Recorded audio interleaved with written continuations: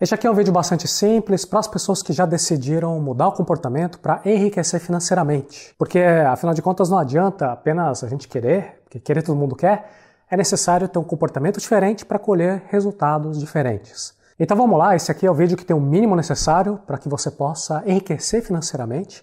A dica mais importante de todas eu trago ao final do vídeo. Também não adianta você pular o vídeo direto para o final, porque tem toda uma série de argumentos que são importantes para chegar até aquela conclusão. Combinado? Se proteger contra falácias. Você com certeza já escutou algum clichê do tipo: conheci um homem tão pobre que a única coisa que ele tinha era dinheiro. E existem infinitas variações desse tema, como por exemplo, prefiro ser pobre do que ser desonesto, ou então do que adianta ser rico se você não vai levar nada para o caixão. Todas essas são falácias. Falácia vem do latim fallere, que significa enganar. Falácia é um argumento que, numa primeira vista, pode parecer verdadeiro, mas é um argumento errado, é incompleto, é enganoso. Se você quiser, também pode chamar de crenças limitadoras. Era tão pobre que somente tinha dinheiro. Tudo bem, é verdade que aquele que apenas tem dinheiro, nada mais, é uma pessoa que está com falta de uma série de coisas. Amor, verdadeiras amizades, saúde, cultura, enfim. Mas por que não é possível ter dinheiro e também ter todas as outras coisas valiosas da vida? A busca de prosperidade financeira não precisa ser às custas de todo o resto, não é excludente. Eu vou até além. Para realmente ter prosperidade, tudo tem que estar em ordem. Prefiro ser pobre do que ser desonesto. Novamente, outra falácia. Por que é impossível ser honesto e também ter riqueza financeira? E veja que nessas falácias tem alguma coisa que é muito destrutiva. Quando eu sou enganado pela falácia, eu sequer tenho interesse em procurar aprender como enriquecer.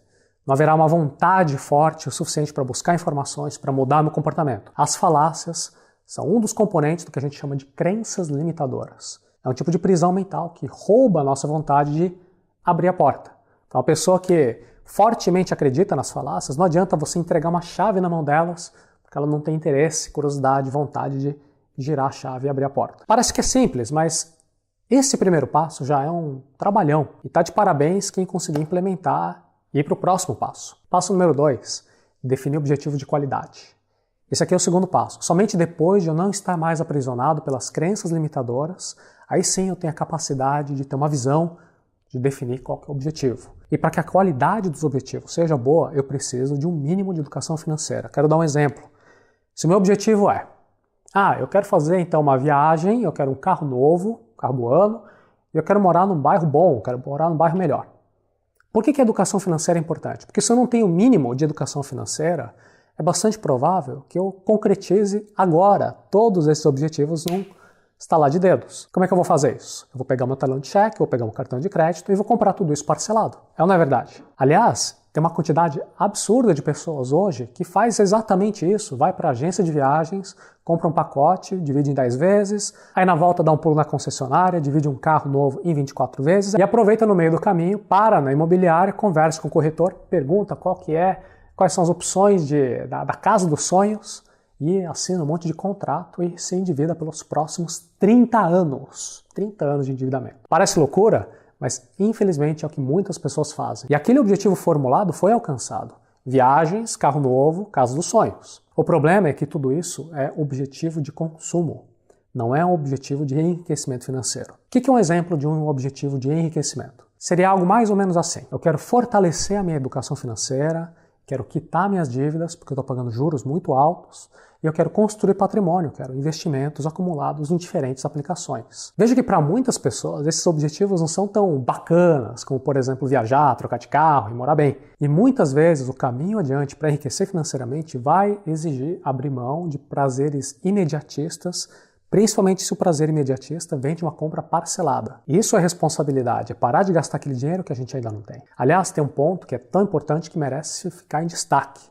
Ponto número 3. Entender que apenas a renda não é medida de riqueza. Você simplesmente não tem ideia da quantidade absurda de pessoas que entram em contato conosco aqui por e-mail. Aliás, e-mail é o nosso canal oficial de comunicação, é o e-mail contato@arataacademy.com, porque nem sempre a gente consegue responder todas as mídias sociais, são várias, mas sempre que você manda um e-mail, a nossa equipe responde. E nos e-mails eu vejo muitas pessoas que ganham bem, ganham aí R$5.000 por mês, R$10.000 por mês, ganham R$20.000 por mês, e mesmo assim são pessoas que não possuem basicamente nada. Sabe por quê? Porque elas gastam tudo. E além de gastar tudo, elas ainda têm uma série de dívidas, com um monte de coisa que elas compraram parcelado. Tem dívidas pelos próximos 30 anos.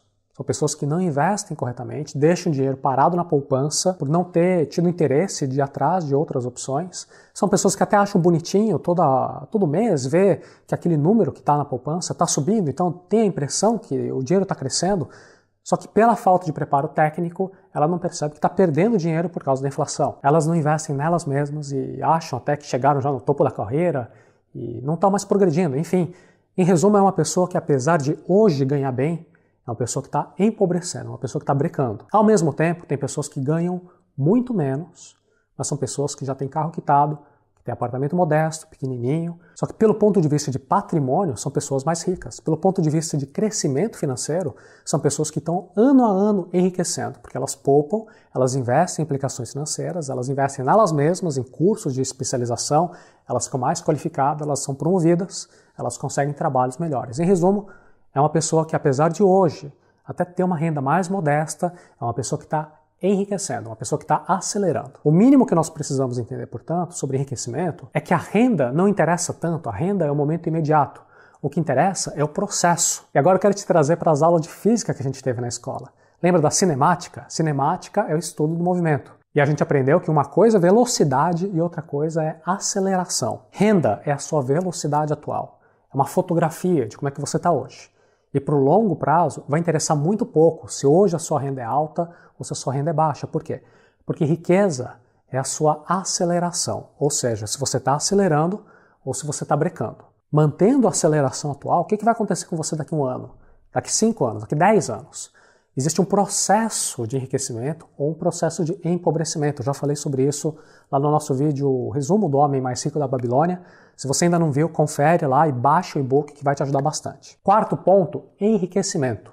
Veja, portanto, que tudo que nós falamos aqui foi uma preparação para chegar até esse ponto, ponto número 4. Como é que eu entro no modo acelerado para aumentar a minha velocidade? Como é que eu faço com que minha renda cresça cada vez mais? A medida mais urgente é tapar os buracos do balde. Então, se a gente tem hoje dívidas, financiamentos com juros muito altos, então algo tem que ser feito para que esses juros não fiquem corroendo o patrimônio. Repare que em algumas situações especiais existem alguns juros mais baixos, que aliás até podem ajudar. Por exemplo, se você tem um negócio próprio altamente lucrativo, você paga um pouquinho de juros, porque você tomou um empréstimo bem planejado para esse negócio. Nesse caso, se o lucro for tão alto que compensa pagar também os juros e ainda sobra, está sendo interessante. Existem 1000 outras exceções, mas como o próprio título, a proposta desse vídeo é o mínimo que nós precisamos saber sobre enriquecimento, então não vamos entrar em detalhes das exceções, das situações especiais. Estamos falando aqui das regras gerais. O básico é modificar os hábitos de consumo para que todo mês sobre em vez de faltar. E a sobra tem que ser direcionada de uma forma inteligente. Não adianta apenas poupar. Tem que ser feito um investimento em diferentes modalidades, tanto aqueles de baixo risco, alguns de risco mais controlado, e também em você, para que você se torne uma pessoa mais capacitada e que você se sinta mais confortável gerenciando o seu patrimônio. Eu sei que falar é muito fácil, não é? Segredo não existe, as ideias são simples mesmo, só que são pouquíssimas as pessoas que realmente vão implementar uma mudança de comportamento. Então aí vem a pergunta mágica, o que pode ser feito especificamente com relação a tudo isso? Então vem a quinta ideia. Construa seu patrimônio. Tem muitas formas para isso, eu quero te passar uma bitolinha bastante simples, de exemplo, e é algo que funciona para muita gente. Nós podemos direcionar a renda em 3 grandes áreas na seguinte ordem. A primeira parte é investimento. Assim que receber o salário, você já deixa configurada uma aplicação automática e esse dinheiro não é para mexer. Depois, vem a segunda parte, que é uma reserva de gastos. Sempre que você tiver uma vontade de fazer uma compra maior, algum mimo, alguma extravagância, você vai até aquela reserva de gastos, vê se você tem disponível e daí você compra à vista com desconto e ainda por cima não vai ter que se endividar com parcelamento ou ficar pagando juros à toa. Terceiro passo, depois de tudo isso, depois de reservar para o investimento e para os gastos, aí sim, o que sobrar, nós vamos pagar os gastos do mês. Transporte, alimentação, enfim, todos os gastos recorrentes. E essa não é uma ideia nova, isso também a gente já viu em detalhes no vídeo O Homem Mais Rico da Babilônia. Confere lá e baixa o e-book que tem todos os detalhes que você precisa. Vamos agora para o ponto mais importante de todos que eu prometi para você que ficasse até o final do vídeo. Sexto ponto, vencendo a maior limitação de todas. Lembra que nós falamos de falácias, de crenças limitantes? A maior de todas as falácias, sem dúvida, é a seguinte: não, mas hoje eu não consigo criar essa reserva de gastos que você está falando, muito menos ficar investindo, porque nunca sobra nada para mim. Quando eu ganhar mais, depois, aí tudo bem. Só que hoje não dá, hoje eu não consigo. Esse é o pensamento mais danoso para o seu enriquecimento. Lembra que eu tenho contato com muita gente, tá? Tem pessoas que têm uma renda enorme, mas para elas também não sobra. E a verdade é a seguinte: com a mentalidade errada, nunca vai sobrar. Quem está com a mentalidade errada vai...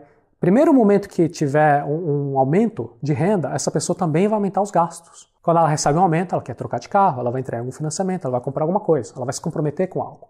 As pessoas que conseguem enriquecer são aquelas que primeiro mudam a mentalidade para se comportar de uma forma diferente. Primeiro elas poupam, primeiro elas investem, só depois que elas organizam as finanças com aquilo que sobrou. Quem empobrece é a pessoa que geralmente quer poupar aquilo que sobra e a probabilidade é que nunca vai sobrar. 7º ponto são os próximos passos. Perfeito, a partir do momento que a gente faz tudo isso, nós conseguimos aquela aceleração ideal, ou seja, nós entramos finalmente num processo de enriquecimento. Faz sentido para você? Agora vamos ser bem honestos, né? Pé no chão. Se eu estou separando, digamos, R$100 por mês para meus investimentos e R$100 por mês para os meus gastos, para muitas pessoas isso ainda é muito pouco. Mas é o primeiro passo, isso aqui já estamos começando, né? É o primeiro passinho. Para dar os próximos passos eu tenho que me concentrar também e me tornar um criador de valor cada vez maior. Não interessa se esse valor eu vou oferecer enquanto empregado numa organização, enquanto empreendedor, no meu negócio próprio, enquanto funcionário público, enquanto prestador de serviços, enquanto, sei lá, importador, comerciante, não interessa o que você faz. Mas quando eu consigo aumentar o valor do meu trabalho, a minha renda tem saltos quânticos, tem saltos muito importantes. Só que a gente vai um passo de cada vez. Essa conversa aqui foi muito despretensiosa, é o mínimo que a gente precisa saber a respeito de enriquecimento financeiro. Agora, o que eu sugiro é que você visite o link que vai aparecer aqui no vídeo e você encontra lá aquele e-book que eu falei para você baixar e ler agora. Eu recomendo que você faça isso agora. É um mini e-book que continua esse papo todo e você vai devorar em alguns minutinhos, é bem rápido e vai fazer uma enorme diferença para você. Meu nome é Seiji Arata, da Arata Academy. Um abraço forte.